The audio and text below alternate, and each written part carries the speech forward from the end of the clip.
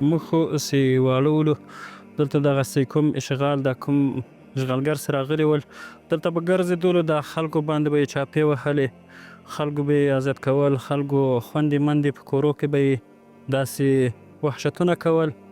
لکه څنګه چې دغه ډېرو جیانو کې داسې پېښه شوه، چاپې به یې واچولې، خلکو ماشومان و ښځې دا به یې سره شهیدانول. نو موږ ته دا دغه را پیدا شوله چې اوس د دې په مقابل کې موږ باید ودرېږو، له دې سره وجنګېږو.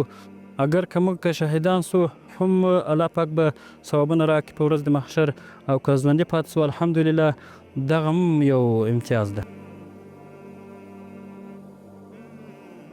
دا خو ځکه موږ د خپل جهاد ته ادامه ورکړله. دلته اول وخت کې چې کله کفري اشغال راغی او د موږ افغانستان یې اشغال کړلو، دوی ظلمونه کولو، موږ خویندې او میندې او د موږ ماشومان یې ټول په شهادت ورسول.